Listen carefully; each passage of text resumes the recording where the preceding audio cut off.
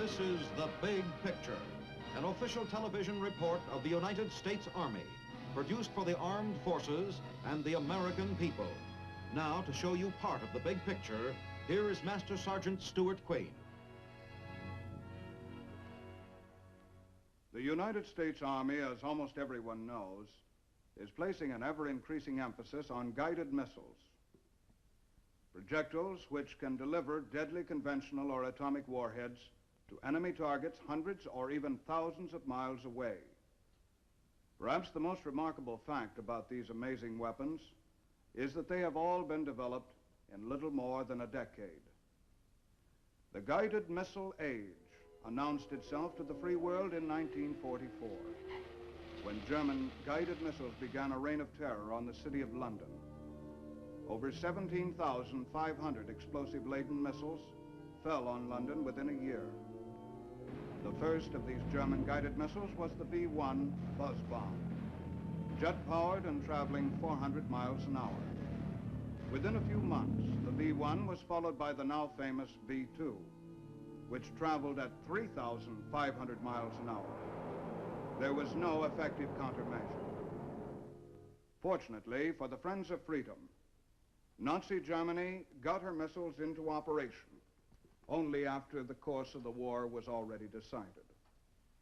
She did not have time to make full-scale use of her technological achievement. And there was one other thing she did not have. The Germans did not possess nuclear warheads for their missiles. If the Nazis had had this, the war might have taken a different course. The combination of nuclear weapons and guided missiles have, in a very real sense, revolutionized our concepts of warfare. We have entered a new era, but it is not an era of push-button warfare. For to function, one of these new weapons requires more soldiers, better trained, and more highly skilled than any other weapon in the history of war. It is an era both of missiles and of missile men. Today, our big picture cameras will take us to three of the major centers in which the Army's missile men receive their highly specialized training. Among the most important of these centers is the Artillery and Guided Missile Center at Fort Sill, Oklahoma. The guided missile in the Army arsenal is actually a modern form of artillery, an explosive projectile to be directed at distant enemy targets.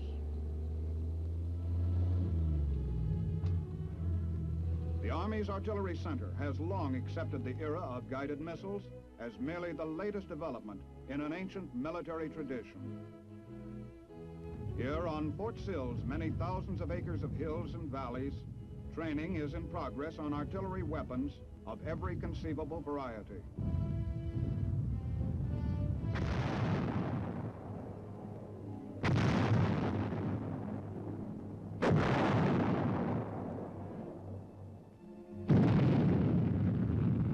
One of our first Army missiles to become operational, the Honest John, is technically not a guided missile at all, but a so-called free rocket. 27 feet long and capable of carrying an atomic warhead, the Honest John is fired like any conventional artillery weapon. Once launched, the Honest John is completely on its own, not unlike an artillery cannon shell. Involving no radar or electronic computers, the Honest John is one of the simplest of missiles to operate. These men in training in the field have already completed a large part of their training, including basic combat instruction. For the missile man, like any other soldier, must be able to fight. He is a soldier first and specialist second.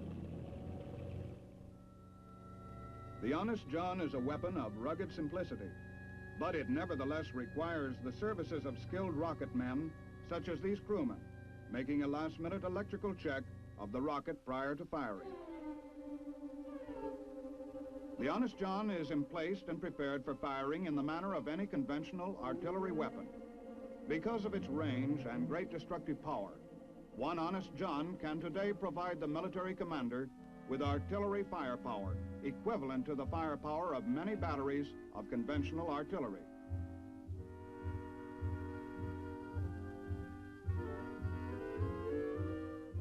In the atomic age, massed batteries of artillery are an invitation to destruction. A single mobile weapon is less vulnerable to attack.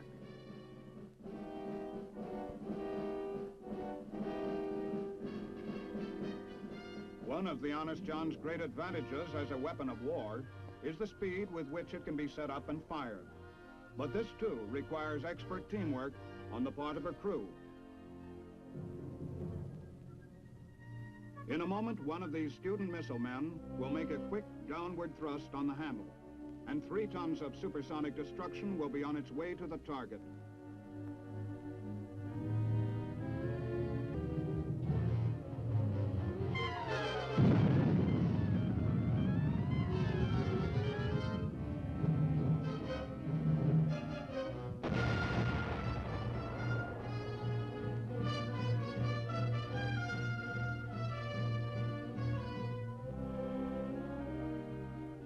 With the completion of firing tests on the range, a new team of Army rocket experts is born, masters of one of the major operational weapons in the arsenal of the free world.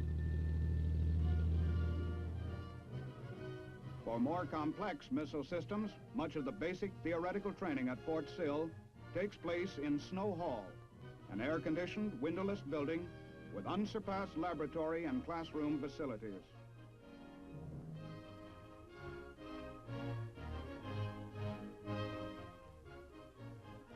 Applied mathematics plays a major part in missile work. The missiles themselves would be little more than spectacular toys unless guaranteed to hit their targets. Missiles are, in fact, remarkably accurate, an accuracy which stems in large measure from the classroom and laboratory work of the fledgling missile man.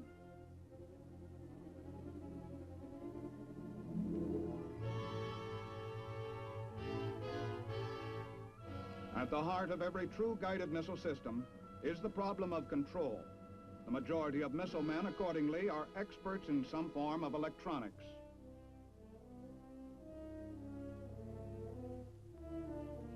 Radar, developed as a detection device for enemy aircraft in World War II, is today a vital part of many guided missile systems. This is a radar lab in which men at Fort Sill are becoming skilled in the operation and field maintenance of some very complicated radar equipment. It cannot be said too often that the real secret of guided missile systems is in their control. These missile men must become expert troubleshooters, able to instantly find and replace the faulty circuit or tube, without which their missile could not function. One of their instructors is here creating such a faulty part. Their job is to find it.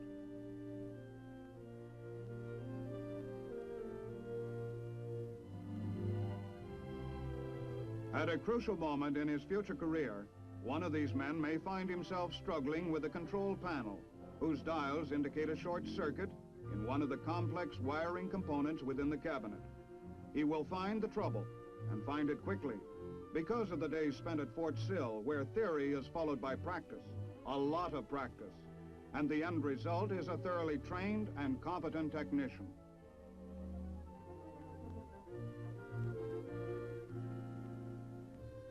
The principal missile understudy at the Fort Sill Artillery and Guided Missile School is the corporal. The corporal is a 5.5-ton weapon designed to deliver its package of destruction approximately 75 miles into enemy terrain, and to do it as truly as if it had eyes. Here in the corporal division of the school, the men become familiar with the electronic eyes and brain of this giant surface-to-surface missile. This is the Propulsion Checkout Laboratory, where students begin applying the knowledge gathered from weeks of classroom study.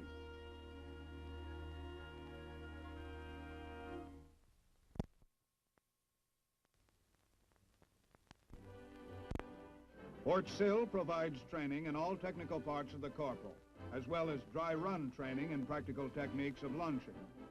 Even the thousands of acres of Fort Sill ranges, however, are not enough for the firing of this long-range weapon. For the final test, therefore, a trip is made to the missile range at Oro Grande. This is the final test of the students' proficiency as a team. If they succeed, a new corporal battalion will have been created to take its place alongside other corporal battalions overseas, guarding the frontiers of the free world.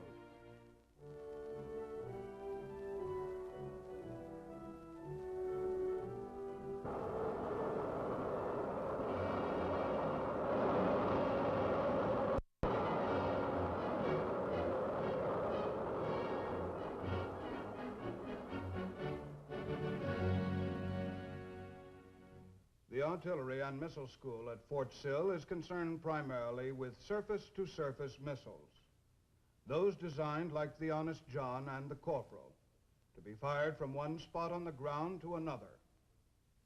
Several hundred miles south of Fort Sill, we find, in the words of Army Secretary Brucker, the foremost guided missile center of the world, the U.S. Army Air Defense Center at Fort Bliss, Texas, devoted to surface-to-air missiles.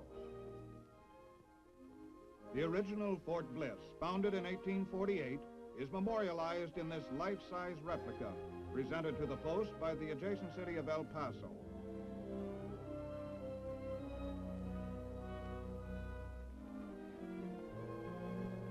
Long a center for cavalry troops, Fort Bliss has become the anti-aircraft missile and artillery center of the United States, with extensive firing ranges and maneuver areas. The Air Defense School at Fort Bliss is a large institution, with many different courses going on at all times in its carefully guarded buildings. About 3,500 students are to be found here at any time, 2/3 of them enlisted men.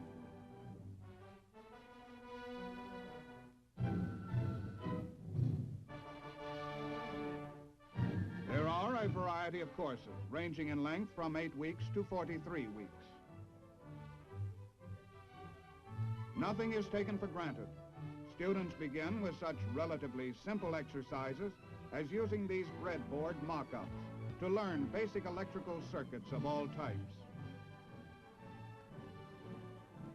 In these laboratories are taught the fundamentals of basic electrical circuits. This furnishes a sound foundation on which to build as they progress to the handling of complex electronic equipment in the missile systems themselves. Students who have completed their work in the Department of Electronics and Engineering are thoroughly familiar with basic electricity, radio, and radar. They are then ready to enter the Department of Guided Missiles for the more advanced and highly specialized training in the maintenance of the critical electronic parts inside the missile, the brain by which Nike responds to signals from her ground control vans. While the electronic specialists-to-be are busy in their classrooms, other selected men are taking courses in mechanical maintenance.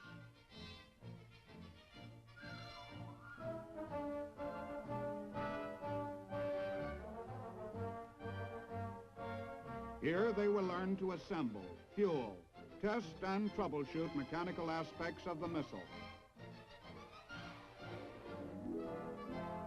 The fueling of a missile is itself a job for specialists. Fuels are often highly toxic to human beings and must be handled with extreme care. This is one of the school's shorter courses, but it leaves nothing to chance.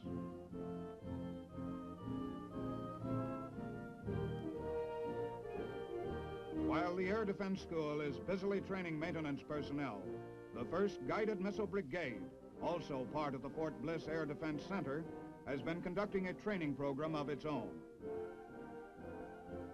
This is an 8-week program whose graduates will be the key operators in the Nike unit about to be created.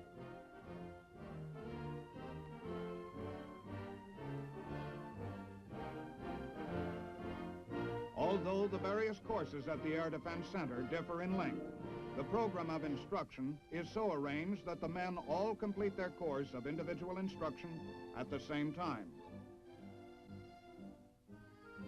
Thus, as the school-trained men complete their training, they can move to the modern air-conditioned buildings of the brigade, there to join their brigade-trained comrades and begin the process of learning to work and live together as a team. 124 enlisted specialists and warrant officers are thus brought together to form a Nike package, the nucleus of a full-strength Nike battalion. They are furnished the material for their battalion, brand new and straight from the factory.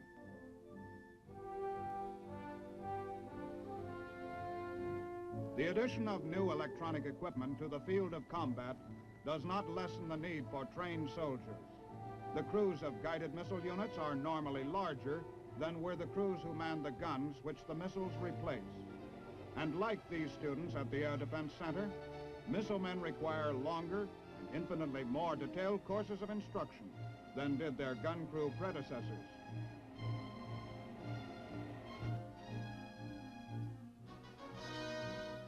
Radar, which came into existence during World War II for use in air raid defense, is now an integral part of many guided missile systems.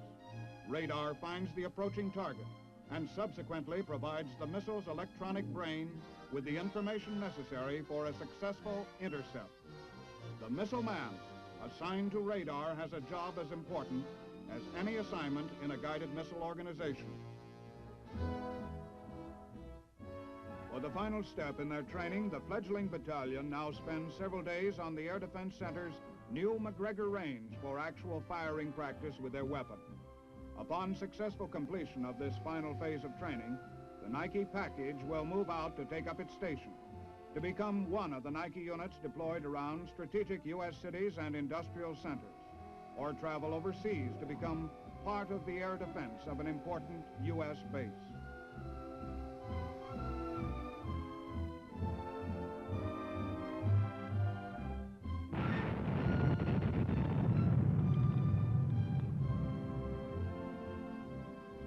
Through our big picture cameras, we've seen Army missile men in training at two of our major missile centers, the Artillery and Missile Center at Fort Sill, Oklahoma, and the Air Defense Center at Fort Bliss, Texas.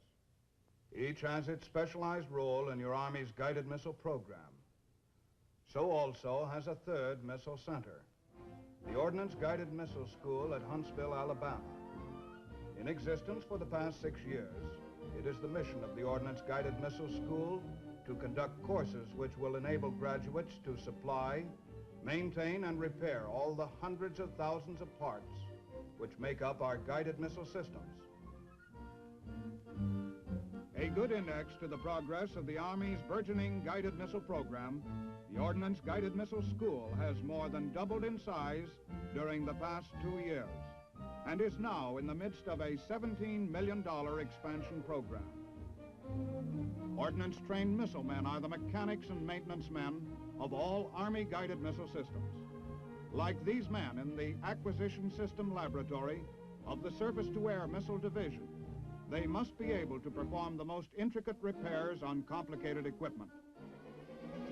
To familiarize themselves with the inner workings of complicated missile systems, students at OGMS have the assistance of skilled workmen in the model shop. Using transparent or translucent plastics, workmen in the model shop are able to create enlarged models of complex missile parts. These educational tools speed the learning process, as well as increase its thoroughness.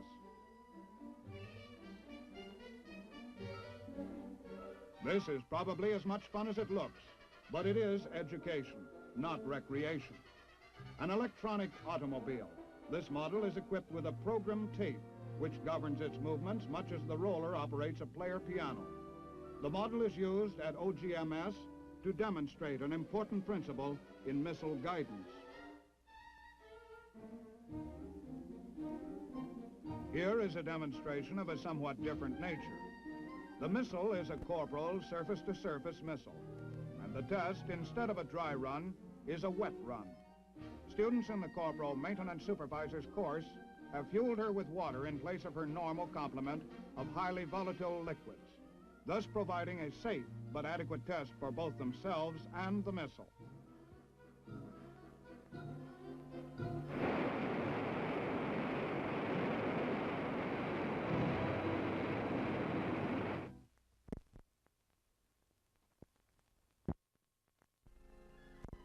A landmark of the Ordnance Guided Missile School is this base from a captured German V-2 missile. It forms the center of a spectacular exercise in firefighting. Using a mixture of gasoline and oil, instructors in the school create an accurate simulation of a malfunctioning missile. A student firefighting team moves in to bring the emergency under control.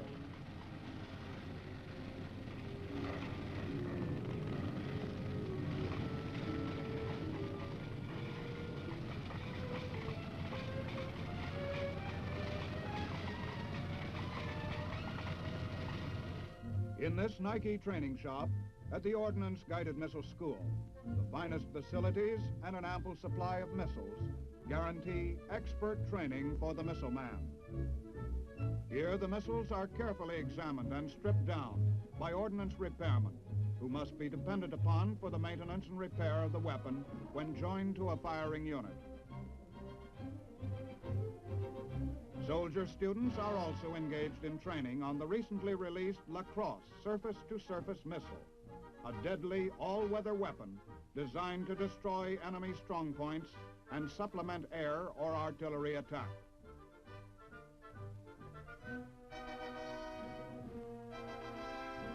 These students are learning the ins and outs of the lacrosse in order to design courses of instruction to be taught at OGMS in the near future. This will be the next new missile course instituted at the school. Others are still under wraps and are of a classified nature. Most of these men, shown here mating the wings to the missile body, will be utilized as instructors once the course is finalized and becomes a full-scale part of the OGMS curriculum. One of the latest additions to the Army guided missile family is the Redstone. As the Jupiter A, it was also the forerunner of the intermediate range Jupiter C, which recently achieved distances of many hundreds of miles. The Redstone itself is a highly accurate, liquid-propelled surface-to-surface missile, capable of bringing tremendous firepower against targets nearly 200 miles distant. The Redstone, making its debut with Army troops in the field, is not only a potent weapon, it is also one of the first man-made objects to enter space. For on its flight to the target, the Redstone actually passes beyond the Earth's atmosphere. Traveling many times the speed of sound, it is immune to any countermeasures known to exist today. With the advent of the Redstone, the Ordnance Guided Missile School has also been called upon to devise and conduct the initial training, instructing the men who will themselves become instructors at other Army missile centers. The Army Ballistic Missile Agency, like the school, is also at Huntsville, Alabama. This makes it possible to conduct Redstone training at the location where research and development is taking place. While a missile of the Redstone's range cannot be fired in Huntsville itself, firings are frequently conducted in the static test stands of the ABMA.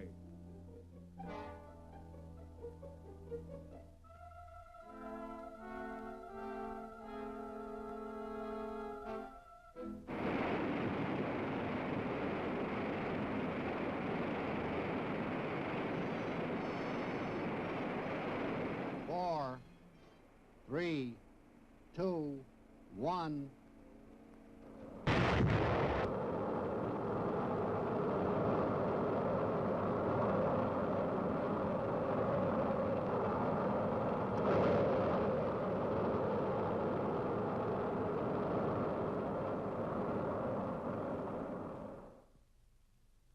Through the eyes of our big picture cameras, we have seen brief glimpses of Army missile men in training in the 3 major missile centers of the Army. The family of Army missiles grows larger every year, almost every month. Today it includes the Nike Ajax, the Army's first supersonic anti-aircraft guided missile, already deployed around vital industrial centers, to which is now being added the Nike Hercules, the nation's second combat-ready, land-based guided missile system, capable of intercepting enemy planes at higher altitudes and longer ranges than the Ajax.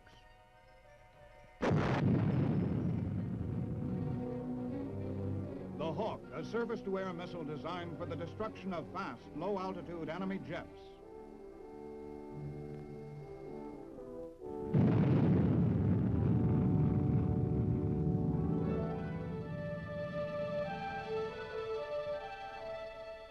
Honest John, a powerful free rocket for use by Army troops in the field.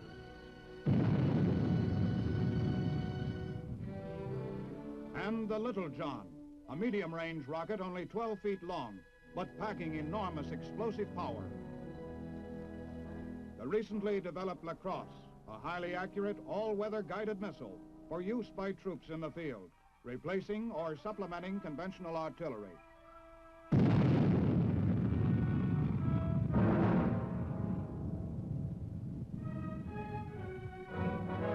The Corporal, equipped with either an atomic or conventional type warhead, able to engage targets approximately 75 miles away.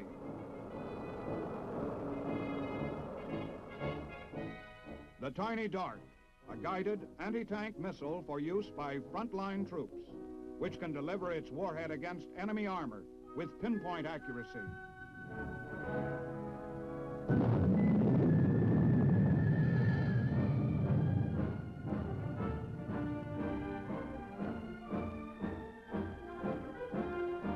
Giant Redstone, America's first long-range ballistic missile of its type.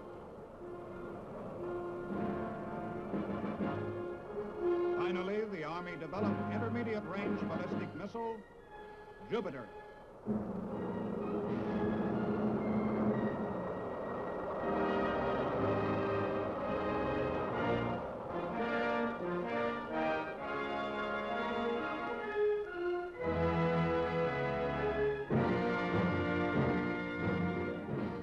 A big and rapidly growing family. Remarkable progress in a science which had scarcely begun only a dozen years ago. We must not forget, however, that our missiles, like other weapons, are only as good as the men who operate them. It is for this reason that today's big picture was dedicated to that new kind of soldier, the Army Missile Man. Now, this is Sergeant Stuart Queen, your host for The Big Picture. The Big Picture is an official television report for the armed forces and the American people. Produced by the Army Pictorial Center. Presented by the United States Army in cooperation with this station.